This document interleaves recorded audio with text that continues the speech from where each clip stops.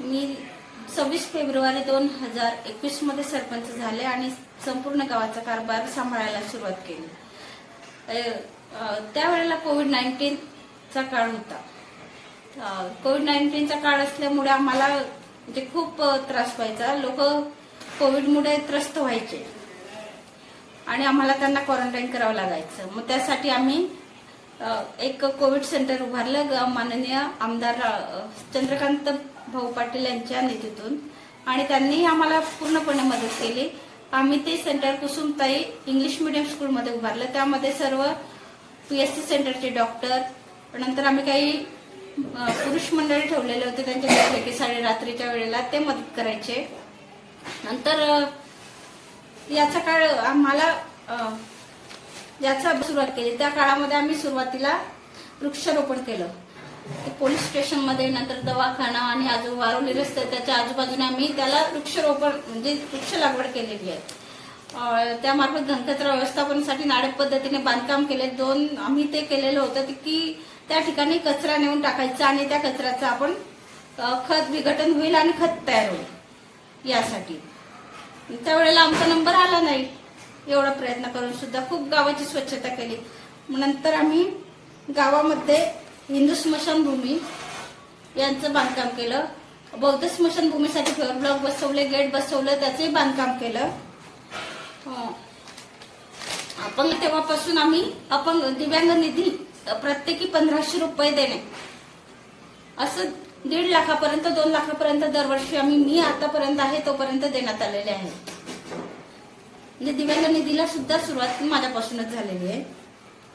नंतर संपूर्ण बुद्धवाड्यामध्ये दलित वस्ती फ्लोअर ब्लॉक वगैरे बसवले संपूर्ण वस्तीमध्ये।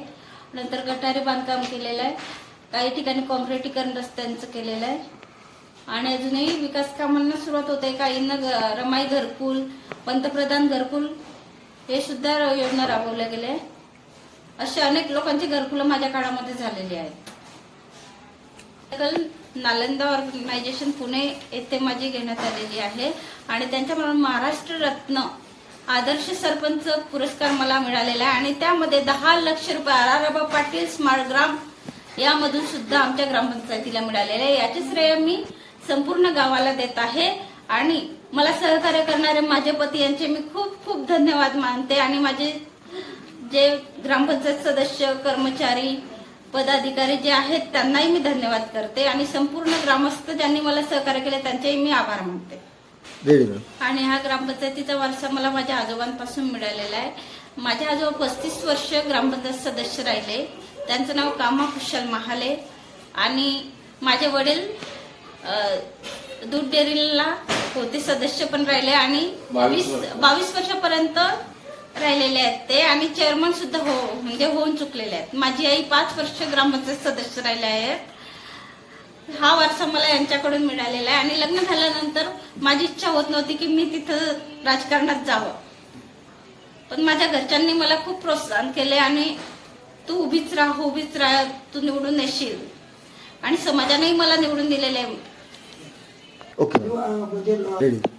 आजकाल तरुणांच्या मते राजकारण हे घाणेरडं आहे असं त्यांना वाटत आहे, परंतु ते घाणेरडं नाही।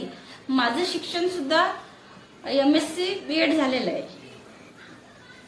मला सुद्धा वाटायचं की राजकारण घाणेरडं आहे, परंतु ते घाणेरडं नाही आहे। आपल्या मते आपण ते व्यवस्थित करू शकतो आणि त्यातून मार्ग काढून आपण स्वच्छता आणू शकतो, त्यामध्ये निरपेक्षपणा आणू शकतो आणि त्याला शुद्ध करण्याचा प्रयत्न मी केलेला आहे आणि माझ्या बुद्धिमत्तेच्या जोरावर मी ते पुढे जाण्याचा प्रयत्न करत आहे आणि राजकारण घाणेरडं नाही असं मी त्यांना संदेश देते।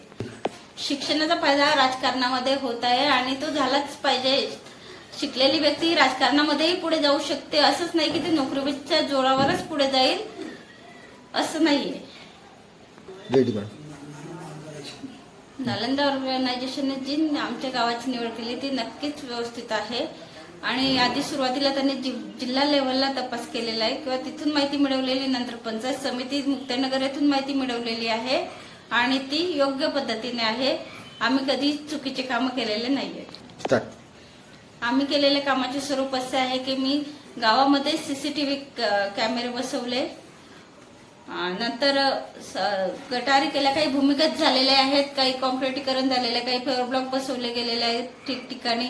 शाळेचे कामं झालेले आहेत. शाळेमध्ये सुद्धा जे शिक्षक वगैरे जे आहेत त्यांच्यासाठी मुतारांची शौचालयाची सोय नव्हती, ते सुद्धा आम्ही करून दिलेलं आहे. उर्दू शाळेला, मराठी मुलींच्या शाळेला, मुलांच्या शाळेला, अंगणवाड्यामध्ये लाईट नव्हतं, आम्ही तिथे मीटर घेऊन दिलेले आहेत. आणि ते अंगणवाडीमध्ये सुद्धा फेवर ब्लॉक, नंतर गेट खराब झालेले होते, गेट बसवण्याचा प्रयत्न केलेला आहे. आणि काही कामं जे आहेत ते आता पुढच्या काळामध्ये होतीलच.